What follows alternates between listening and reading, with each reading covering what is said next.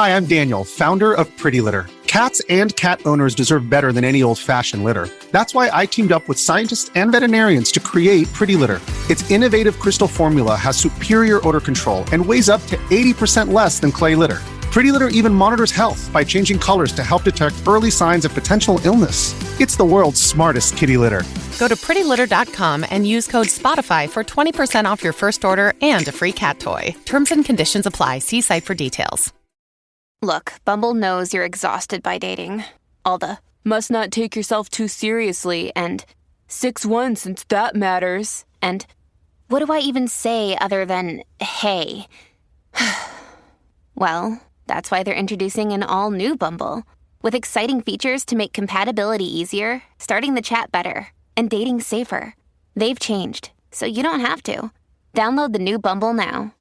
Hey guys, welcome to this week's podcast episode, and wherever you are in the world, I'm really excited about today's guest, Michael Mojo, and he is helping people raise their standards, gain momentum, and leverage the life they always wanted to live.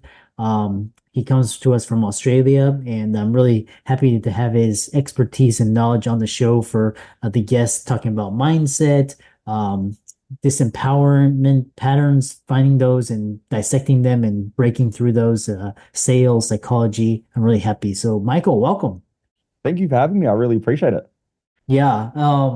Like I said, I really love your energy and passion, and you have a lot to give to the audience. So talk about how you started in your journey, and we'll dive right into the story. Yeah, I won't take it too much time because my story can go for hours. So I'll try and keep it quick. But look, I just, the usual adversity story, right? Like, young kid, my parents were 17 and 19 when they had me. They didn't have any money. Dad worked 2 jobs. Mum stayed at home. She had me. And then 2 years later, she had my sister. And I started, for my mum, education was really important because all of her siblings went to university and she didn't. She dropped out of school to have kids. And so I think for her, it put a lot of pressure on her. So she put a lot of pressure on me to do well at school. Now, I would say I've never been diagnosed with ADHD, but having understood and studied a lot of human behavior, I definitely would be in that category. And, I was told as a kid I was dyslexic, put in special classes, all of those types of things. So, I had those challenges and the adversities. Didn't really know what I want to do in life as a young kid, which most people don't. But at 15, I got expelled from school, and I realized that I was a huge disappointment to my family. And I didn't really have a lot of friends because my parents were so young. We would go away every weekend. So we would go away to a place in the Riverland. I would ride motorbikes and dirt bikes with, 24, 25-year-old adults, whereas all the other kids were playing sport. So I would go and have all this fun with my parents because they would hang out with all their friends. They would party a lot, drink a lot, but we were riding dirt bikes, racing cars, stuff like that, which most other kids, it was foreign. So I didn't really fit in at school. I got in trouble a lot at school. Then I got in trouble a lot at home because I was in trouble a lot at school. And at 15, when I was expelled, I just wanted to end everything. And that was sort of the start of my journey where I realized the night that I was going to end my life was the moment that I realized that I can't please other people. I'm not here to be everything to my parents. In fact, I realized that no matter what I did, I was getting in trouble anyway. So I might as well just do what I want to do. Now, that could have gone 2 ways, but luckily I decided to go back to school. I finished off my high school, and then I became a diesel mechanic because I've always loved learning, but I just didn't like learning in the school system and reading books and things like that. Although now I love it, I just was never taught the right way of doing it that matched my values and the things that I enjoy. So I loved cars, still do. And so I just thought, you know what, I'm going to go into the mechanic. I'll become a mechanic. Technology was moving in the mining industry. I'll get into that. Then about 2 years into it, I started realizing that that was not the career for me. I didn't like it. It was not the environment I wanted to be in. A lot of people were making a lot of money. And I guess this goes on to the topic of today. There were a lot of people who were going into the mining industry in Australia because it's quite big here and there's a lot of money in it. So it was quite lucrative. Now, I thought, based on what my mum taught me when I was young, was that when you go to school, you do well at school, you go to university. When you go to university, you then can earn a well-paying job You then make good money so that then you can buy a house, have a family, buy nice cars, buy an investment property, and then you set yourself up for life, right? It's called the Australian dream, but I'm sure it's the American dream as well in some way, shape, or form. So I had to self-reflect and go, well, all these people going to the mining industry, they're coming back and they're all miserable. They hate their life. The most common thing on Monday morning, you'd ask them, how's your weekend? And they would say, do you mind if I swear on this podcast, by the way? Is that, or Yeah. not?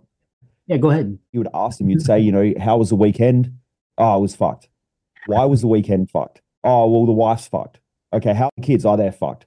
And it's an Australian slang term that they use quite a lot, right? But it just was a common thing that you could tell that they weren't enjoying life. Everything seemed to be a problem in their life. Now, I thought the money solved that. So I had to sit back and self-reflect and go, well, hang on.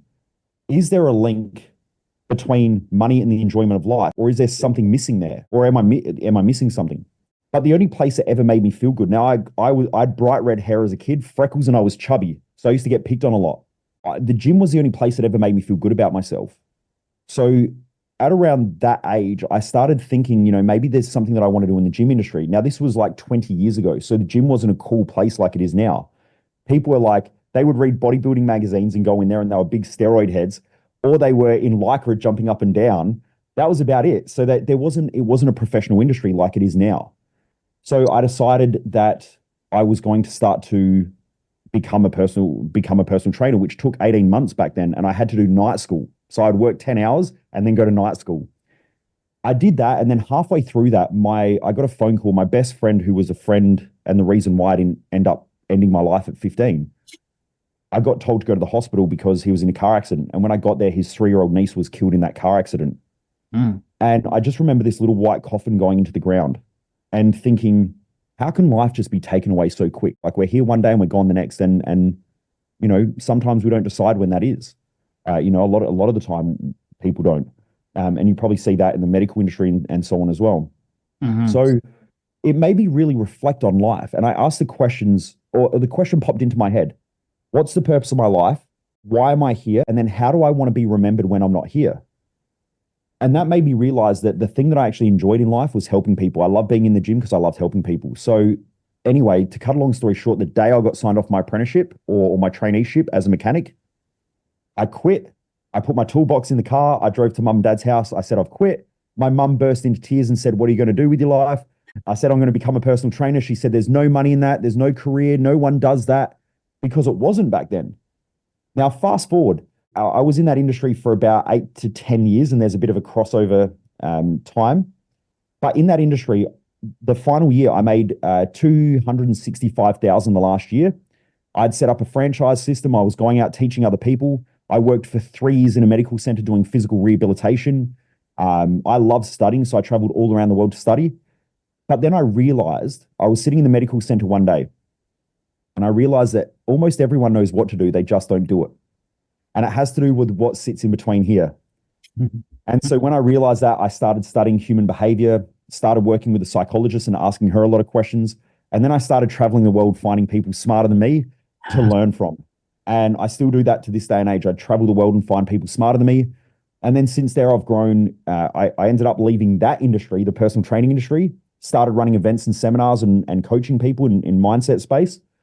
And then since then, I've built a multi-million-dollar company.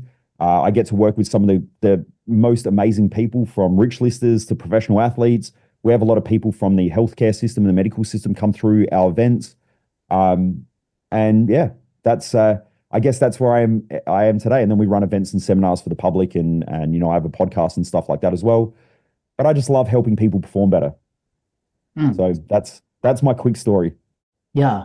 And it's very inspiring because a lot of I talked to, you're not the first and a lot of entrepreneurs encounter that same journey where it's like they're neurodivergent, and the traditional system doesn't really work for them, and they find their passion because there's so many different skill sets. There's athletic, there's sales, there's so many marketing. So kind of talking about this is so a lot of people struggle with this whole trying to fit in and conform, and and just kind of they're like, yeah, they know something's wrong, it doesn't work, but it's like, yeah, this is what we have. So, either I go out and struggle and find myself, or I exist within this system. So talk about changing disempowering patterns. I think that a lot of the time when people are disempowered, they're normally disempowered for a few different reasons. But I want to go back to I think one of the greatest piece of psychological literature that I think is amazing. And it's Freud's original work called The Ego, the Id, and the Superego. And what Freud spoke about was that in the mind, it can be broken up into different components. I'll just sort of summarize it in the most basic way. But essentially, our ego is the true self. So if you look up the etymology of the word ego, it means the true self.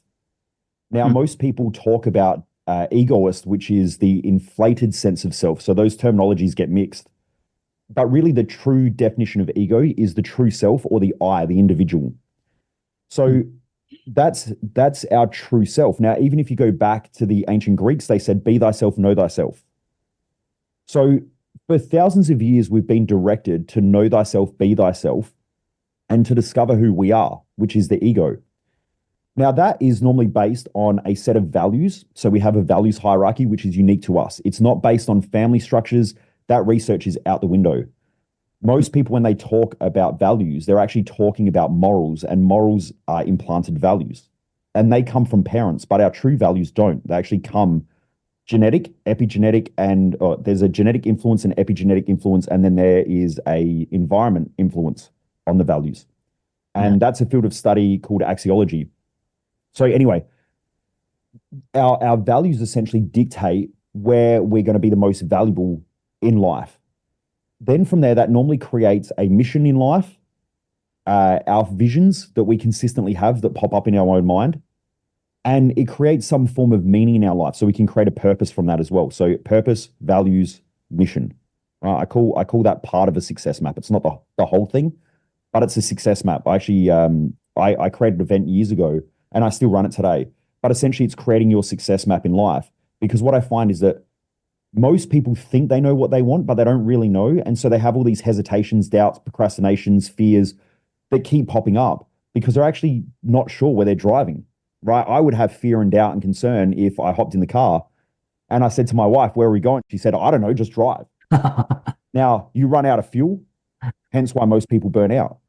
You get confused and stressed and frustrated because you have no idea the direction that you're going in. And so you're just hoping that you end up somewhere. That's like 99% of the world, probably even more than that, right? It's almost 100%. Some people figure it out, but most don't. That's your success map, but that essentially helps us to establish the ego. Then you have implanted values, which come from parental figures or authority figures, and they happen from the day that we're born. So our parents, one of the first words that a kid learns or a child learns is no. No is a repulsion word or a push word to say, hey, no. Now, the child's already starting to learn how to move things out of its space so it can figure out who it is. And then throughout our whole life, when you go through the teenage stage, teenagers just create arguments over anything because they've had their whole childhood being told, no, don't touch, don't do that, because they're learning. They have to be told that. But they get to a point where they go, hey, everyone else is dictating and governing my behavior in my life.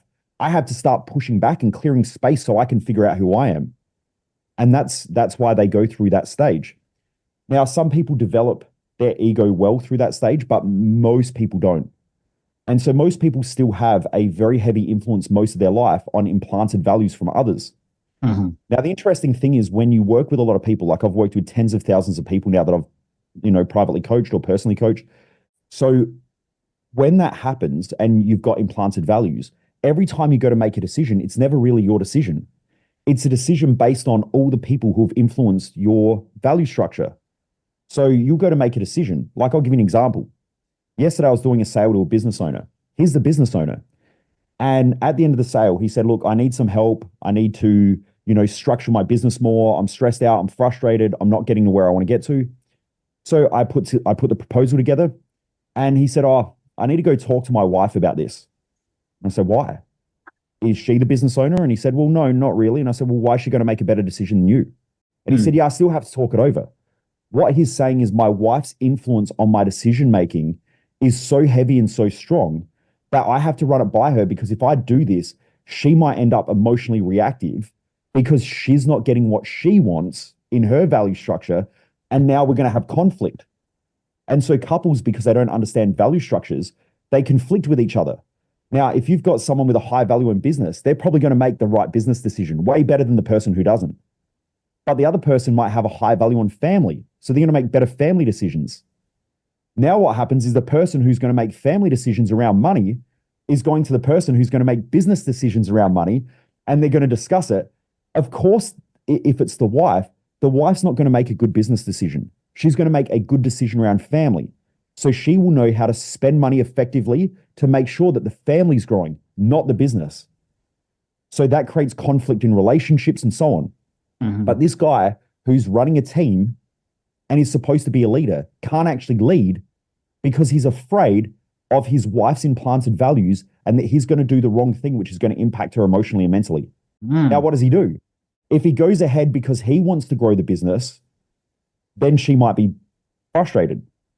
If he doesn't run it past her and let's say she says no, then he suppresses what he wants to do. So he starts to build resentment towards her because he goes, she doesn't understand what I want to do, and he's going to blame her in the future. How is that going to work out?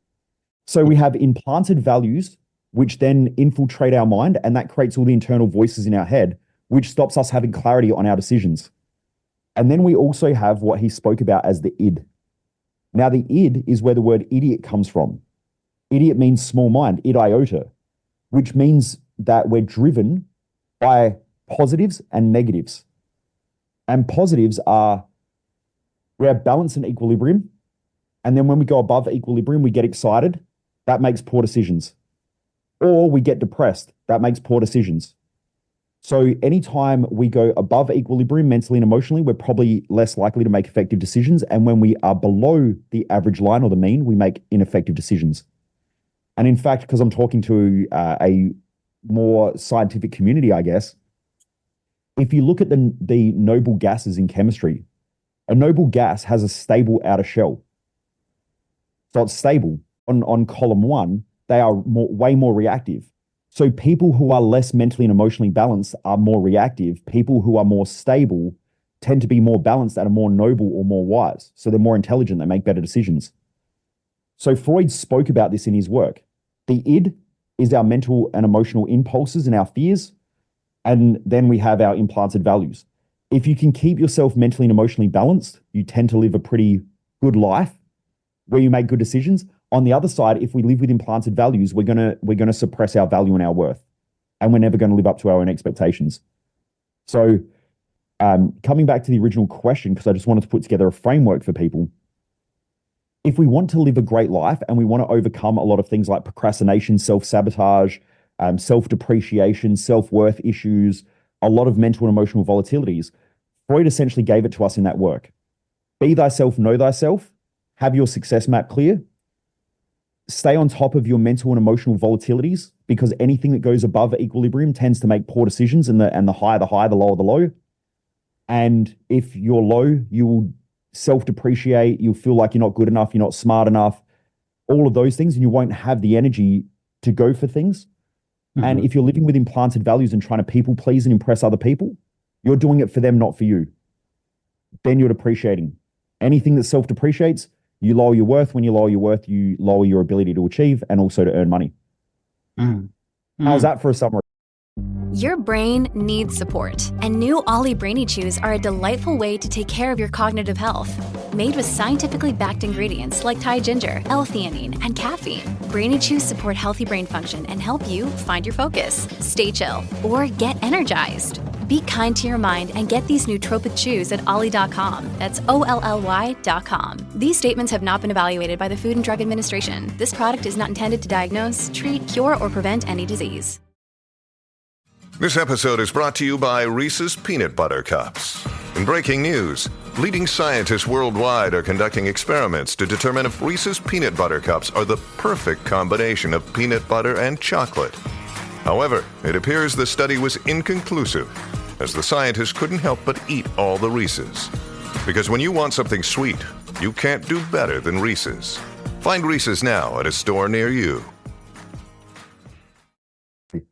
No, very, very powerful.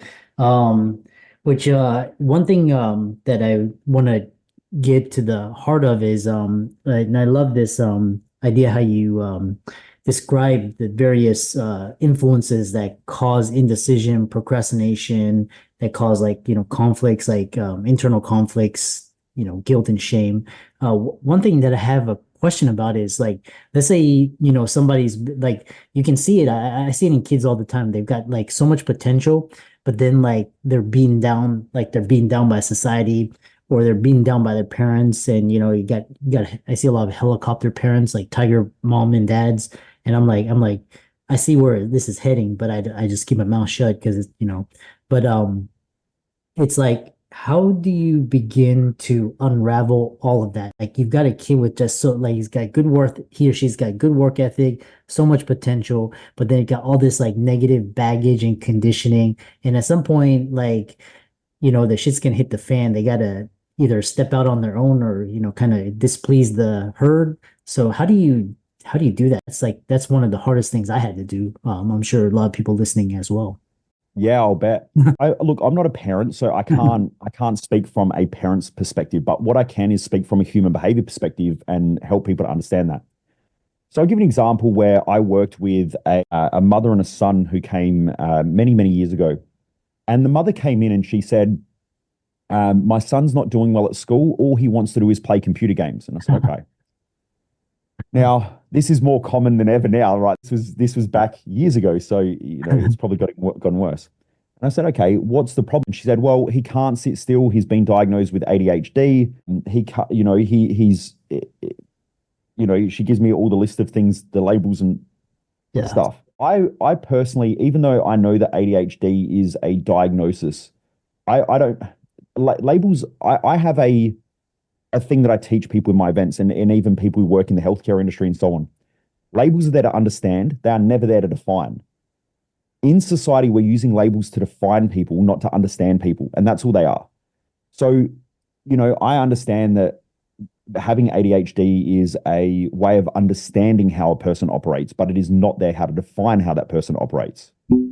So what I know about ADHD is that people who are normally diagnosed are hyper-focused in some areas, which actually tells you they're easier to understand their value structure because that child it's very clear what his values are in life.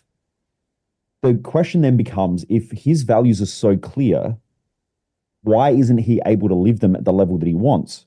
Now, we also have to understand that in children, they are going to be more governed by their impulses, which is chasing pleasure and things that are easy, or they're going to be governed by fear, which is why Freud spoke about that implanted values from parental figures are there to stop kids reacting, and they need it for survival. You can't just let kids do whatever they want because they're always going to chase pleasure and avoid fear.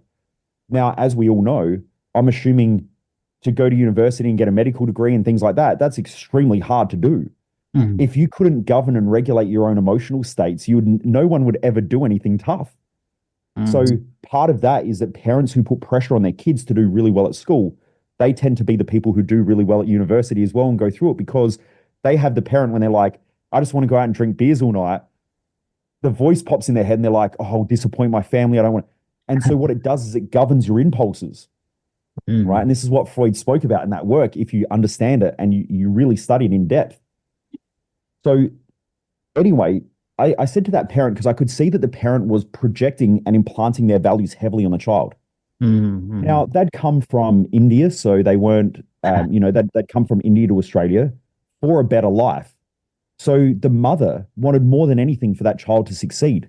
Now, what success looked like in her mind, she didn't achieve the career that she wanted to please her parents. So now all she wants to get rid of that part of herself, which is, I'm a disappointment to my family. I don't want my son to be a disappointment to his family. I want him to do the best. So the intention is good. But the problem is that her parents are doing exactly the same to her, which is implanting their values because they want the best for her, but it's based on their projection of what the best looks like. not allowing her to be herself and becoming her best. Mm-hmm. So the intention's right, but the way it's done isn't the best. And I wish that society would go back to understanding intention over action or outcome, right? Because I think right now, you know, I know that you see it in your industry and things like that, where intention's out the window. If you intend to do the right thing, but you do the wrong thing, no one cares about that anymore. It's just you did the wrong thing, bad luck. It's you're a bad person. There's a lot of that stuff at the moment. So anyway, she comes in, she sits down and she said, Michael, look, he plays computer games all day. He can't focus. He's distracted all the time. And she gives me this huge list of things that he does wrong. And I said, okay, so he's distracted all the time, can't concentrate, can't sit still. She gives me all the usual list of ADHD symptoms. And so I thought, I'm going to set her up. I'm going to set her up and show her what she's doing. So I just asked her the question. I said, okay, actually, I asked him the question. I said, what do you love to do? And he said, I love playing computer games. And she went, oh, you can't play computer games all your life. You know, you can't do that. Yeah. Well, you can. Kids make millions of dollars playing computer games. In her generation, kids couldn't do that because if you played computer games, you were probably an outlier and you could never make a career in that. Now, people make millions. There are people who earn more money than professional athletes playing computer games than other kids watching. She just didn't understand that. I said, okay.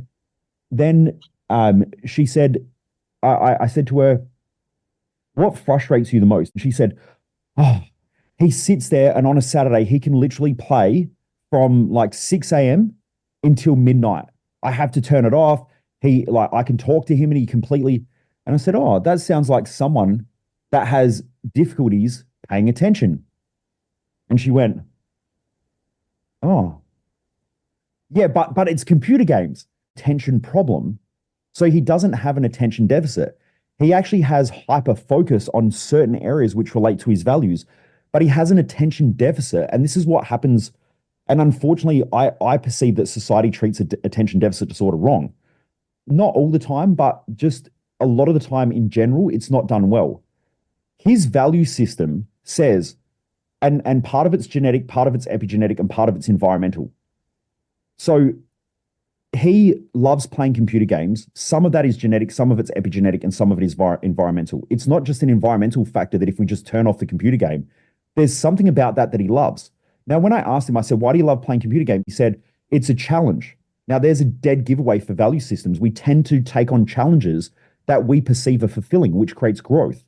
Yeah. Right? I love going to the gym, but the gym sucks. It's hard. It hurts, all of that. But when I walk out of there, I'm proud because the effort that I put in. Effort creates character. So I'm growing my character by doing challenging things. That's a dead giveaway to values. Mm-hmm. So he said, I love playing computer games because it's challenging. It's tough. I get on there. I'm with my friends. So he's creating social networks. And then once again, she says, yeah, but they're not real friends. Because in her generation, real friends don't talk online. Yeah. Right? I've created friendships all around the world and I've never face-to-face met the people, but I talk like this all the time. Yeah. But if ever I go overseas, we catch up and we hang out. So she's behind the times. She's reflecting on her generation and projecting onto him. So he has challenge. He said, every quest or whatever that I go on, it's like I get to explore. I get to, have these experiences. It's tough. It's challenging. I'm with my friends. And so essentially his whole life is based around this game or gaming because it hits all of his values, all the things that are important. Then he goes to school and now he has to sit in mathematics. And he sits there and he goes, how does maths help me play the game better? And the truth is it doesn't. Listen, he goes, this is important to me. This is fulfilling to me. This is what I love to do in life. I don't understand how mathematics is going to help me. And so what he does is he shuts down. And our brain does this all day long. We go in and out of consciousness because we'll go back to our values. If you're having a conversation with someone, let's say you're a business owner and you have a low value on family. Someone starts talking about their family, that person starts to blank out and they start thinking about business because our brain is wired to go back to our highest values. Mm-hmm. So this happens all day long. You know, I don't really get into sport. I love human behavior and I love the human behavior of sport, but I can't sit there and watch a game for 4 hours or 3 hours or whatever. So when I'm sitting there watching sport with family, I'm thinking about business. I'm thinking about human behavior. I'm thinking about my values. So I switch off and I blank out and I go into my inner world, not the outer world. And our brain does this all day long, inner world, outer world. So when our values aren't getting met, we internalize. All of a sudden, someone starts talking about our values, bang, we're on. And we become more focused on the external world.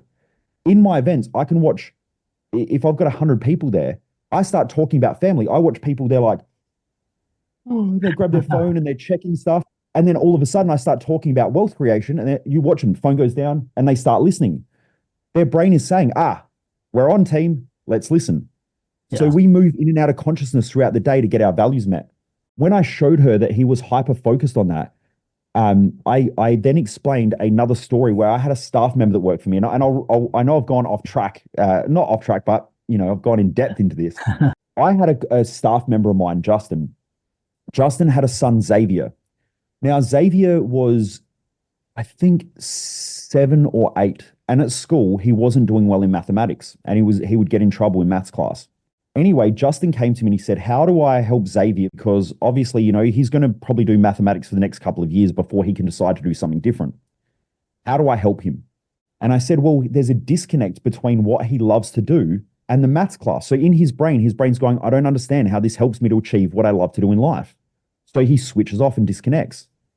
And then he goes back to doing things that he enjoys. So if he enjoys friendship, he's going to distract people because he wants to create the relationship and the conversation in class versus listening to a teacher talk about algebra. So I said, what we need to do is we need to link his values so that his brain goes, if I learn this, this is going to help me to achieve future outcomes. So what I said is, we've got to have some way of using his values and the things that he loves now and link it to mathematics. So anyway, I forgot about the conversation. 3 months later, Justin sends me a message and he goes, you'll never guess what Xavier asked for Christmas. And I said, I got no idea. And he said he wants fucking textbooks on mathematics. And I said, you've got to be shitting me. What happened? He said, I think I overcooked him. And I said, what happened? And he said, well, he loves playing Minecraft. Now, I've never played Minecraft, but supposedly they're blocks and stuff like that. And he said, I sat there while Xavier was playing and explained how it's mathematics. So he said, I would show him multiplication in the blocks. I would show him addition in the blocks. I would show him subtraction in the blocks. And I started playing games while he was playing and explaining how mathematics was part of the game. And he said, I sat there with him for months doing it. Now Xavier is a straight A student in mathematics. He's extremely good at it because in his head, he goes, if I want to play computer games and I want to build things, now he might go on and be an engineer or something like that. But he loves building things. And now he understands how mathematics helps him to be better with building things. Does that make sense? It's wonderful. And I know because we have about 3 minutes left, and you hit the nail on the head. Sometimes I feel like the older generation just doesn't get in. They're behind the times, and you hit it in, and then you hit the nail on the head, especially with Asian culture. It's kind of, they're trying to live through their kids. But how can people contact you and follow you and reach out to you and just check out your work? You seem very, I love your work. And how can people find out more about you? Yeah, so if you just go to Michael Mojo, so it's MICHAEL, mojo.com, you'll find all the resources there. You can check me out. It's Michael Mojo_success on Instagram. I do a lot of stuff on there. Or if you just type in Michael Mojo, it normally comes up on most social media platforms. So yeah, you can find me there. If anyone's got any question, Instagram's normally the best place. You just shoot it through.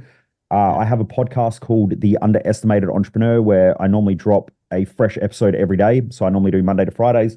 And I just talk about anything that I learn or talk about. I love learning. So I just learn something and then share it with the world.